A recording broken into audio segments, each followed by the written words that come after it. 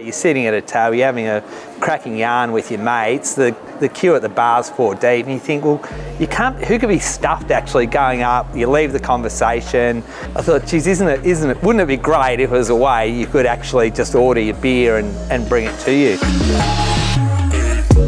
I'm a bit of an accidental publican, to be honest. We sort of bought our first pub back about 5-6 years ago, really just for a place to have a beer with a few mates, because every bloke wants to own a pub. It was a market that's really fragmented, and hence we thought we'd try and buy a few more, and we did, and we brought in a private equity firm called KKR as partners into the business. Well, it's been fascinating to watch. We rolled out, I think, about our first 90 pubs in 10 or 12 weeks, and the uptake between those venues was anywhere from 5% to as high as 32-33%. Since we've reopened, now we've got venues with 80% of the sales going through Mr. Yum. Why would you want it to go through Mr. Yum? First of all, we're getting a much higher average transaction value, so it's about 28% higher than what we're getting when someone just goes up and orders over the bar.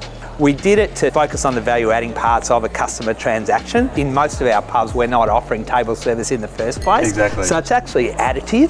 I think the other thing is being able to provide personalisation, because you've got your bearded hipsters, they love the really detailed, really rich craft beers. If you can see that, we've got a new launch going on at another pub, you can invite them specifically, knowing that they've got a special interest in that type of beer. All those turtleneck wearers. Exactly.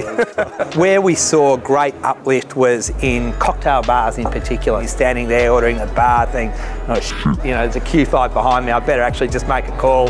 I'd have an espresso martini.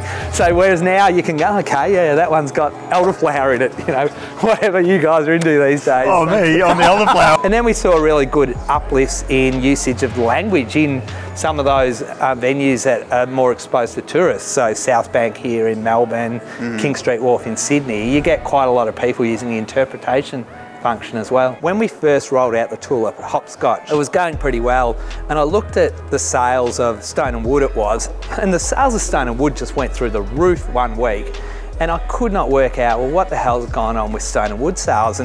And Stone and Wood is one of those beers for us that's not as high yielding as perhaps other beers. And so, it wasn't particularly a beer that we sell really hard. And we went and looked at Mr. Yum, and surely enough, it was the first beer on our actual menu. At the top of the menu. Right. So we realised we've got a really untapped potential here of looking at how we can put the best yielding beers and food higher up to try and drive that yield even further. So there's a lot of opportunities to manage yield, to drive extra sales, drive those uplifts, and in an environment where costs are increasing, you need to have those levers that you can pull, and I think that's what this tool does. It puts the data in the hands of the people choosing what beers to order, choose what food to have on the menu. Yes, yeah, because e-commerce stores. You got 2 lines. Yeah, he's busy as well. Yeah, but you guys fair income, or you're real Broncos men, but you pretend.